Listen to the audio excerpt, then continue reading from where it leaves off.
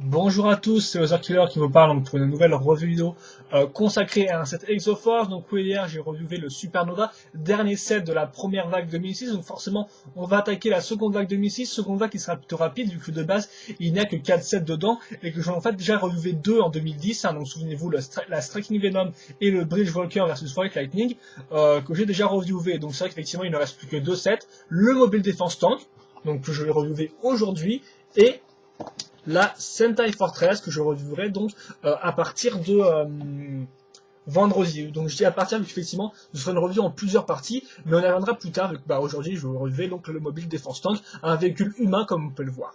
Donc, eh bien la boîte en elle-même, vous reconnaissez bien sûr le logo Lego Exoforce là-haut, la bannière rouge, vous remarquez qu'effectivement ce sera Ryo qu'on va retrouver aux commandes du tank, même s'il a un acolyte un peu caché ici comme on peut le voir, mais on y reviendra plus tard là-dessus. Donc la petite bannière rouge avec l'ombre du tank de profil, donc oui comme j'ai dit, Mobile Defense Tank, donc forcément c'est un tank, voilà, donc vous pouvez bien voir les chenilles.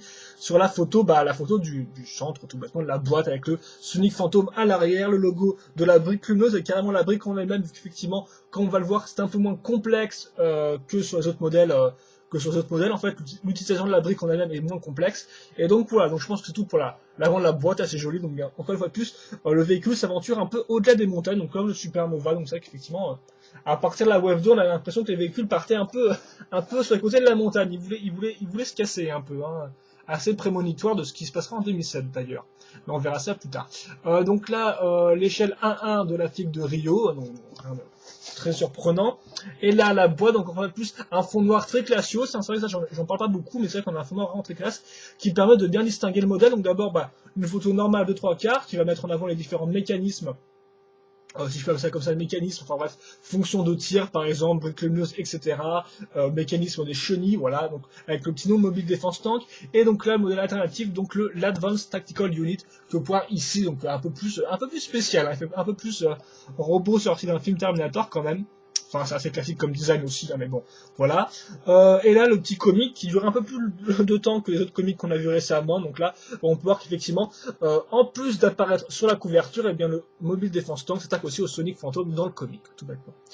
Et donc là, un petit diorama donc, qui vous montre tous les sets de la Wave 1 plus les 3 sets de la Wave 2. Donc le tank ici, la Sentai Fortress au fond et la Striking Venom là. Pourquoi 3 sets? Vu qu'effectivement, le Bridge Walker versus White Lightning, c'est un set édition spéciale, donc vous le savez, cette édition spéciale, tout comme le Supernova, n'apparaissent pas dans ce genre d'image, tout bêtement. Donc, voilà le mode d'emploi, donc on va reprendre bien sûr l'image que de base. On va retrouver aussi la sélection des pièces au niveau de, l'inventaire des pièces au début du mode d'emploi, donc comme le Supernova, donc c'est un peu spécial, donc maintenant on le retrouve avant tout avant. Encore une fois, tout c'est comme le Supernova, on posera les stickers au fur et à mesure du modèle, donc de l'assemblage, donc ce qui fait qu'on ne les posera plus tout à la fin. Donc j'ai ça, vu qu'effectivement dans mes premières reviews j'ai dit que ça n'apparaissait qu'en 2007, ce genre de procédure, qu'en fait non, dès la seconde vague 2006, on a commencé excusez-moi, à poser les stickers pendant la construction, ce qui quand même la rendait beaucoup plus simple, enfin pas vraiment spécialement plus simple, mais on va dire ça passait mieux quoi, voilà. Ici, on va retrouver notre petit diorama avec tous les sets, sauf cette édition spéciale de la Wave 1 et 2, et sur le côté, donc tous les camps, donc là le camp gentil avec tous leurs sets, et là le camp des méchants bots, donc avec aussi tous leurs sets, voilà. Donc on va continuer. Donc c'est une très belle image qui vraiment résume très bien Exoforce 2006 malgré l'absence du Supernova et du Bridgewalker versus White Lightning. Ça reste quand même une très belle image je trouve. Là le modèle alternatif est là un petit comic donc qui est sorti en début d'année avant tout. On vous montre les deux robots moyens donc Hikaru et Takeshi attaquer des forces ennemies. Bon, voilà, genre de transcendant, la page gagne et le truc du club Lego. Voilà, tout bêtement. On va passer maintenant aux figurines en elles-mêmes. Donc effectivement, comme je vous l'ai dit, on va retrouver Rio tout d'abord, donc qui apparaît en prenant le Uplink, voilà, donc le petit set 2006 sur un Web 1. Donc là, on va le retrouver tel quel, donc avec sur la fameuse tête avec le petit bandana, toujours les deux côtés au niveau de la tête, les mêmes cheveux pourpres, enfin tout pareil, voilà. Donc pour ceux qui n'auraient pas vu Rio dans ma review du Uplink, c'est l'occasion ou jamais de le voir. Et donc dans ces figurines-là, il n'y avait pas à l'époque encore d'imprimer à l'arrière, mais bon, on avait déjà l'arrivée des têtes avec deux faces, donc qui était quand même assez sympathique. Malgré que les trois quarts en sont des vieilles tronches de pâté, donc un peu comme Rio, on sait pas trop ce qu'il fait, s'il est un peu vénère ou je sais pas quoi, enfin bref, un peu spécial. Donc voilà, les fringues orange, gris foncé, tout ça. Et bien sûr, voilà, pour ceux qui aiment bien sur les articulations du minifig. à quoi ça ressemble. Donc voilà pour Ryo. Et donc le second, comme j'ai dit, c'est son acolyte Genki, donc on a déjà dans la Get Assault, souvenez-vous, qui aidait aussi Hayato au final sur la tourelle. Hein. Donc on retrouve encore un peu plus idem, donc pareil, donc on retrouve le corps de Ryo est identique, hein, tout comme dans la Get Assault. Et après bien sûr la coupe de cheveux de Hikaru en noir, donc qui fait figure de coupe de cheveux pour Genki, ainsi que la tête qui est vraiment unique à Genki, donc c'est quand même plutôt sympathique, je trouve ça. Voilà. Et donc bien sûr voilà une petite face vénère et voilà. Donc voilà pour nos deux figurines, donc tout du orange, hein, mais c'est un peu la base du schéma de couleur de ce set-là. Donc ce set-là, on va en parler tout de suite avec tout d'abord la structure, donc en fait c'est un set assez simple à monter. Donc la structure, c'est ça vite fait. Donc c'est effectivement, on va commencer de cette espèce de grosse pièce carrée, comme vous pouvez le voir, qui est bourrée de trous ronds en fait, voilà, qui permettront en fait de caser tout d'abord les chenilles, donc sur les côtés, hein, grâce à ces pièces-là, et aussi bien sûr de caser au-dessus le cockpit. Donc le cockpit, comment ça marche? Et ben on va retrouver des canons à l'avant. Là ce sera le poste de pilotage, pas du tout détaillé, donc pas de commande ni rien. Et là vous vous dites c'est quoi ces pièces-là spéciales qui font que les briques sont sur le côté? Donc une technique de studs, not on, non, de snot, excusez-moi. Studs, c'est les tenons, c'est ces pièces, ces parties-là. Donc oui, c'est une technique de snot, donc studs, not on the top, ce qui veut dire qu'effectivement, les tenons ne seront pas ne pointeront pas vers le haut, mais pointeront vers le côté, par exemple. Donc, ce qui est le cas ici. Et donc ça permet de caser les parties latérales de ce cockpit. Partie latérale faite avec ces pièces inclinées, voilà. Donc, on va caser ça très rapidement. Hop. Et la seconde, donc identique, hein, voilà. Et voilà, donc ce qui fait que déjà, ça ressemble un peu plus à un cockpit fermé. Il ne reste plus qu'à caser la vitre grâce à ces petites pièces-là, voilà. Donc vitre comme ça, avec encore un peu plus un joli sticker. Et voilà, on a le cockpit, donc l'avant qui est fini. Pour l'arrière, eh bien, on va retrouver des pièces oranges. D'ailleurs, vous noterez une utilisation de stickers sur plusieurs pièces, ce qui est pas vraiment aimé par les fans de Lego et même ceux qui ne sont pas tellement on va dire que ça gêne un peu tout le monde quand il y a souvent un sticker qui couvre plusieurs pièces. Moi personnellement à l'époque, je le coupais au niveau des pièces, hein, le sticker comme ça je pourrais enlever les pièces quand je voulais. Bon là j'ai fait ça au compas donc forcément c'est un peu dégueulasse, hein, mais vous pouvez faire ça au cutter et ce sera forcément mieux. Voilà, tout bêtement. Donc l'arrière, on va retrouver effectivement les fameuses pièces arrondies qu'on avait ici, mais sur ce côté-là. Et surtout ce qui est intéressant de noter à l'arrière, c'est que on va retrouver comme on peut voir 3 pièces grises avec 3 trucs cruciformes qui permettront de caser les 3 armes, si je puis dire, comme, entre guillemets, du tank. Voilà. Donc voilà pour le cockpit en lui-même.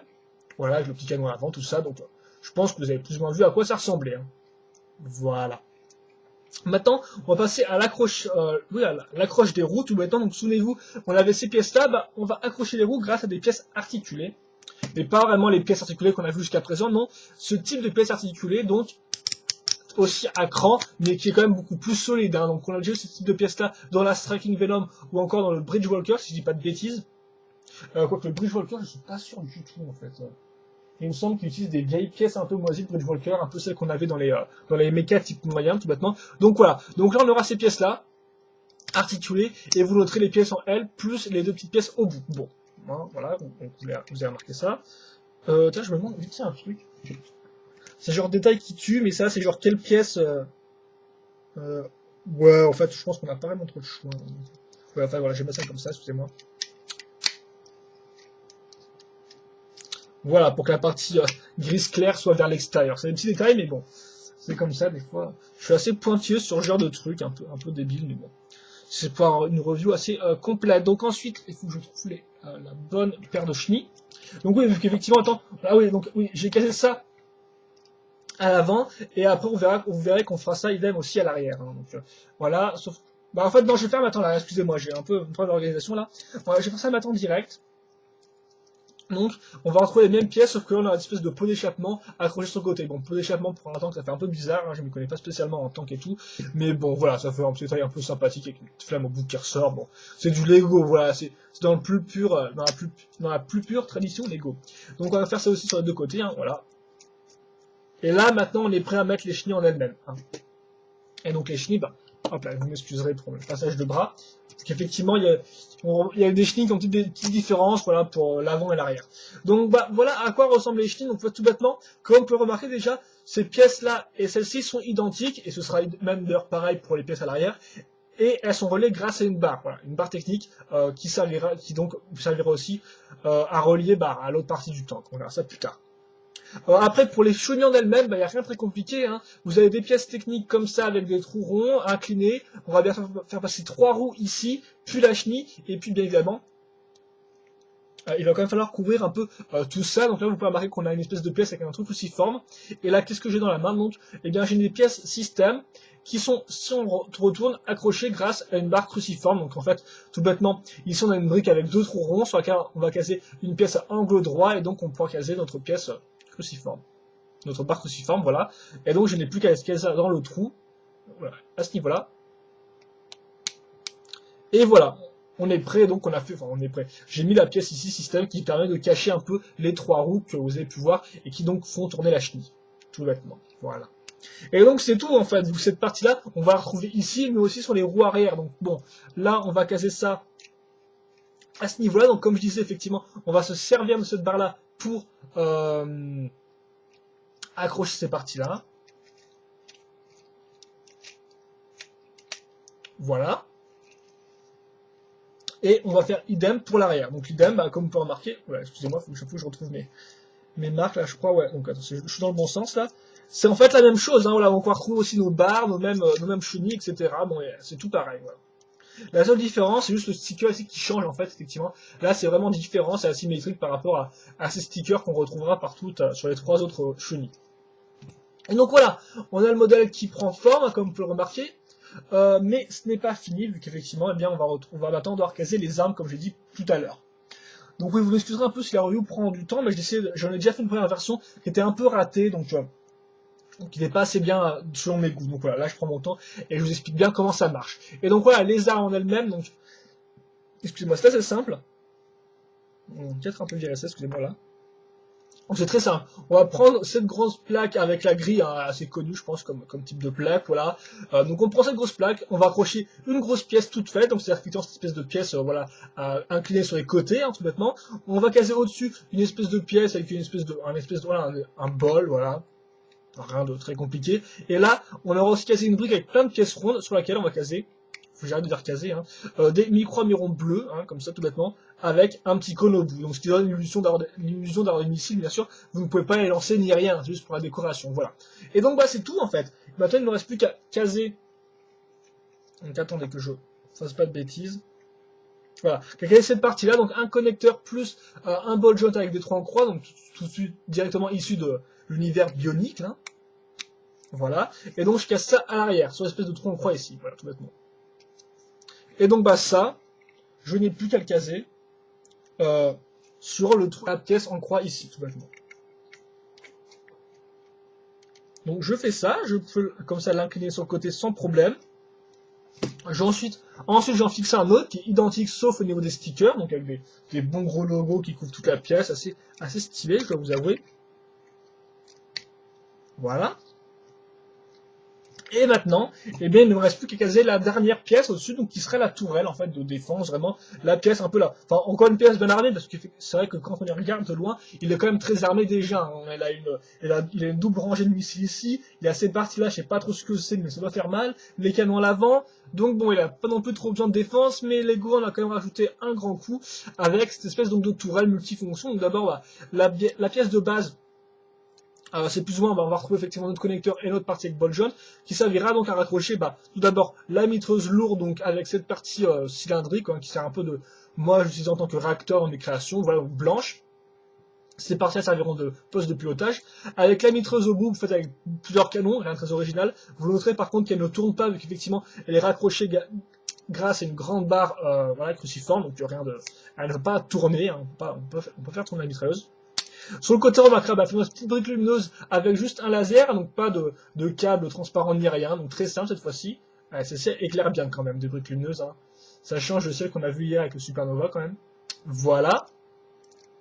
Et enfin, le dernier petit mécanisme qui est apparu en 2006, donc là, dans la seconde vague, en fait, tout bêtement, une espèce de lance-disque, en fait, donc moi j'appelle ça lance-pizza.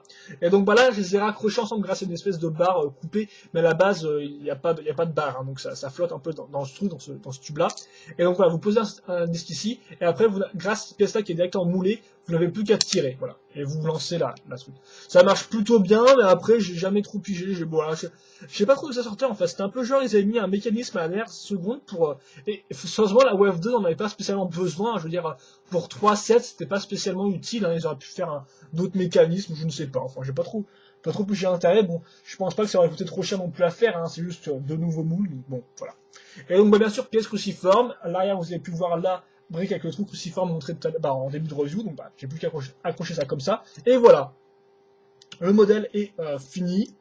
Et donc, bah, je vais pouvoir faire un petit turnaround maintenant. Voilà, c'est la moindre des choses. Après, je vous case les figues dedans, hein, et je vous parle vite fait donc des différents mécanismes, entre guillemets, bien évidemment. C'est pas rien de très exceptionnel. Un mécanisme et articulation, mais c'est vrai que articulation pour un véhicule, c'est un peu spécial. Et pourtant, vous verrez. Donc, bah, Rio bah, se case sur le poste de la tourelle. Sûrement pour être plus vu au niveau de la boîte, hein, parce que bon, c'est vrai que je le voyais plus en tant que pilote, et en plus Genki était déjà sur la tourelle du Get Assault, donc je pensais qu'il aurait sa place sur la tourelle, mais bon, je pense que on voit plus le mec sur la tourelle que dans le poste de pilotage au niveau de la boîte, donc forcément, faut vendre. Et le petit Genki, bah, il est pas très vendeur, hein, il fait pas partie de la team, l'équipe Exoforce, voilà. D'ailleurs, je me demande si Rio fait vraiment partie de l'équipe Exoforce, enfin, il me semble que c'est les quatre, hein, c'est Rio, Agato, Takeshi et Karu, mais je suis pas trop sûr, quoi, parce que c'est vrai il est un peu plus ingénieur que vraiment héros, l'ami Rio, justement, voilà. On casse de pilote là-dedans. D'ailleurs, je dois lever les bras parce que sinon ça n'entre pas, hein, de Genki. Et donc voilà. Donc bon, niveau mécanisme maintenant, bah, tout d'abord c'est un tank, donc forcément il a des roues, hein, logique, hein, donc voilà. Et donc bah forcément, elle roule. Bon là, bien sûr, on est sur un drap, donc ça va être un peu la galère. Attends, je suis en dit avec un mode d'emploi. Ouais, c'est un peu compliqué. Donc ouais, même si c'était sur surface plane, je tiens à dire que c'est un peu compliqué de faire tourner les chenilles. C'est pas le plus évident. Bon, elle tourne, ça c'est sûr. Mais après, bon, c'est un peu complexe, hein. C'est un peu, pas vraiment complexe, mais voilà, c'est un peu moyen quoi. Mais bon, ça tourne, hein, donc ça marche. Et on peut faire mieux, vu que d'ailleurs, bah, après, bah, Lego a amélioré son système de chenilles en faisant des plus complexes. Et je pense bah, qu'il marche un peu mieux que ces grandes parties élastiques, un peu limite des fois sur certaines matières ou qui ont un peu de mal à tourner à certains niveaux. Donc bah, à part les chenilles, bah, comme on l'a pu le voir, eh bien, on peut aussi les pivoter. Donc on a un point de rotation ici, donc ce qui fait qu'on peut plus ou moins l'élever. Donc par exemple, pour mettre vraiment à terre quoi, le véhicule, ou au contraire, pour le mettre comme ça. Personnellement, j'ai jamais utilisé ce genre de fonction, mais ça peut être aussi utile pour ranger votre méca. Je sais qu'un copain faisait ça, il mettait des trucs comme ça et il pouvait le ranger facilement dans son étagère, par exemple. Bon, voilà. Mais bon, faut noter quand même, hein, vous pouvez bouger les chenilles, ça peut être assez intéressant pour faire différentes poses avec lui. Voilà, des poses avec un tank, un truc censé être plutôt stable, bah avec lui vous pouvez faire des petites poses comme ça, changer la hauteur des chenilles, ça peut être assez intéressant. Ensuite, bien sûr, bah, pour arrêter, pour arrêter au niveau des chenilles, on peut aussi tourner de haut en bas les pots d'échappement. Voilà. Ensuite, bah, le cockpit plus important, on va retrouver effectivement 3 connecteurs ball joint, donc forcément, c'est-à-dire que pour les côtés, pour les parties latérales, on peut tourner ça à 360 degrés, enfin, faire tout le tour. Des fois, c'est un peu compliqué sur certains angles, mais voilà, vous pouvez faire ça. Vous pouvez aussi le mettre de biais plus ou moins à ce niveau-là, donc voilà, vous pouvez bien bouger ça, donc ça, voilà, ça marche bien. Idem pour celui-là, bien évidemment. Et là, c'est aussi idem pour la tourelle. Aussi, des fois, un petit problème à faire tourner le truc, il faut bien noter que cette pièce-là, en fait, elle ball joint et une barre sur le côté, donc c'est un peu spécial à tourner, quoi. C'est pas comme si la barre était toute droite, en fait. Non, là, elle est de biais vers l'arrière, donc des fois, c'est vrai que pour faire certaines poses, c'est un peu foireux, mais bon, normalement, comme vous avez pu le voir, vous pouvez faire tourner ça sur 360 degrés et aussi de haut en bas. Voilà, tout bêtement. Enfin, 360 degrés censé inclure aussi les directions du haut et du bas, tu me diras. Donc, bon, enfin, je pense, hein. Donc voilà pour l'articulation, maintenant on va pouvoir passer au petit bilan. Donc bon, je vais pas non plus mettre en pause, hein, je vais juste mettre un peu de 3 quarts pour qu'il ait bien la classe, comme ça, voilà. Donc bah niveau couleur déjà on va retrouver donc du orange, donc couleur emblématique si je peux dire ça comme ça de Rio, mais aussi de 2006 vu qu'on retrouvera du orange sur la Gate Assault et la Sentai Fortress. Donc bah moi j'aime bien, c'est assez original pour un tank, du orange, c'est coloré, c'est plein de peps. Moi j'aime beaucoup les couleurs pastel et les couleurs comme ça, c'est assez clair parce que c'est agréable à l'œil. Donc voilà. Après c'est sûr, c'est un tank, bon certains diront voilà c'est juniorisé, bon après je leur dirais que les Lego ça va tout fait pour les gosses, donc sérieusement avoir un tank orange, moi ça me gêne pas, je trouve ça c'est original. D'autant plus que bah l'orange rend bien avec le blanc et le bleu. Voilà. Après, bien sûr, on va retrouver. Mais en fait, c'est assez spécial, mais pour toutes les pièces techniques, on va retrouver bah, bien sûr du gris, du noir, du gris foncé, du gris clair, ou toutes les pièces bien sûr très classiques. Et c'est vrai qu'en fait, toutes les pièces Lego System seront en orange, blanche ou un peu bleu. Voilà, qui ressortent assez bien. Donc bon, voilà, schéma de couleur assez correct, qui est bien rafraîchissant, je trouve, avec de l'orange qui donne bien, qui donne du bon petit peps. Mais bien sûr, vous retrouverez aussi les habituels gris, noir et gris foncé. Ensuite, on va passer à la sélection de pièces. Donc là, il y en a un peu pour tous les goûts, je dirais. Il y a tout d'abord les sélections de pièces niveau technique. Vous aurez quand même 12 roues, voilà, 12 roues, donc c'est pas rien. Et 4 chenilles, donc bien sûr, voilà. Vous aurez aussi quelques pièces articulées, mais enfin non, les pièces, voilà, les pièces comme ça sont pas très intéressantes. Ce qui est intéressant, c'est peut-être les pièces comme ça articulées qui peuvent être assez intéressantes selon vos types de mock. Mais voilà. Donc je dirais que pour les pièces techniques vraiment intéressantes, vous avez 4 chenilles, 12 roues, excusez-moi, et 4 grosses pièces de rotation comme ça, à cran. Voilà. Pour les pièces système, bah, vous aurez une espèce de gros bloc orange, 4 pièces incurvées comme ça, les pièces classiques à ce niveau-là, là vous en avez 8, si je dis pas de bêtises. Mais voilà, quelques autres pièces comme ça, bon, c'est pas non plus exceptionnel, mais voilà, la sélection des pièces, et ça dépend aussi de ce que vous voulez en faire, parce que bon, les roues, les chenilles, c'est un usage assez limité tout de même, mais bon, voilà, je dirais que c'est un ensemble de pièces assez correct néanmoins. Ça aurait pu être mieux, je pense, mais bon, en tant que tel, c'est assez rigolo, voilà. Mais après, quand je vois le plus, c'est pas spécialement le truc que je regarde le plus quand j'achète un set système, je vais vous avouer. Autant un set bionique, je suis assez intéressé par les pièces qu'il y a dedans, mais autant un set système, comme souvent je ne les démonte pas, voilà quoi. Ensuite, les articulations, les mécanismes, bah je dirais que pour un tank ça sort plutôt pas mal quoi. Je veux dire c'est vrai qu'en tank on a dans la tête un truc assez statique, et bien là non, et comme vous avez pu le voir, bon les chenilles ont un peu de mal à tourner, c'est quand même assez gênant pour un tank, mais bon ça marche hein, néanmoins, c'est pas non plus impossible à faire tourner. Euh, Après, comme on peut voir, on peut changer leur niveau, oui, pas leur taille, mais leur hauteur complètement. Et puis, bien sûr, vous avez les 3 ball joints pour incliner les armes. Donc, moi, je trouve ça sympathique. Franchement, je trouve ça très agréable pour un tank. Ça, c'est, voilà, c'est pas statique. C'est un tank qui se laisse jouer. Vous pouvez tourner les pièces dans différents éléments. Sérieusement, je dirais que c'est très correct. Voilà, c'est très correct pour un tank. Je n'ai pas non plus des masses et tout, mais bon, voilà, pour moi, c'est un bon petit, c'est assez articulé pour ce type de véhicule-là. Voilà, même si on a des petits problèmes au niveau des chenilles. Ensuite, la construction, bah, c'est un peu la Striking Venom du côté gentil, c'est-à-dire qu'effectivement, eh bien, on va retrouver 4 types de chenilles qu'on devra monter identiques. Hein, je veux dire, ces pièces-là, vous allez faire x4, donc c'est pas spécialement intéressant. Donc c'est vrai que la partie la plus intéressante est la partie en dessous du cockpit. Donc c'est vrai que voilà, donc niveau construction, c'est pas chiant, mais c'est pas non plus super excitant, quoi. Donc on va dire que c'est dans la moyenne, voilà. C'est dans la moyenne. Et après, au niveau de la construction en elle-même, est-ce que les pièces tiennent bien tout ça ensemble? Je dirais que oui, j'ai pas de problème de stabilité avec ce modèle-là, personnellement. Voilà. Mais après, c'est mon ressenti avec ce modèle-là, tout bêtement. Donc je dirais que la construction est ok, encore un peu plus dans la moyenne, rien d'exceptionnel, mais ça se laisse construire, voilà. C'est pas non plus super chiant, c'est voilà, c'est dans une bonne moyenne. C'est dans la bonne moyenne, mais c'est pas non plus extraordinaire. Enfin, le design, bah moi j'aime beaucoup le design. Enfin, on va dire que le design a un gros problème, c'est que voilà, ça c'est tout vide, c'est tout moche, hein. On va dire que c'est un parti pris, donc Lego a fait le parti pris. Là, on n'aura que des barres techniques, on pourra voir l'intérieur des chenilles. Bon, c'est pas intéressant, voilà, c'est pas intéressant, c'est super vide et tout. Donc, j'avoue que cette partie de la construction n'est pas intéressante. Ça montre que, bon, voilà, le temps coûtait 30 euros. Bon, peut-être que si ça coûtait 60 euros, il aurait été beaucoup plus complexe, hein, voilà. Donc, bon.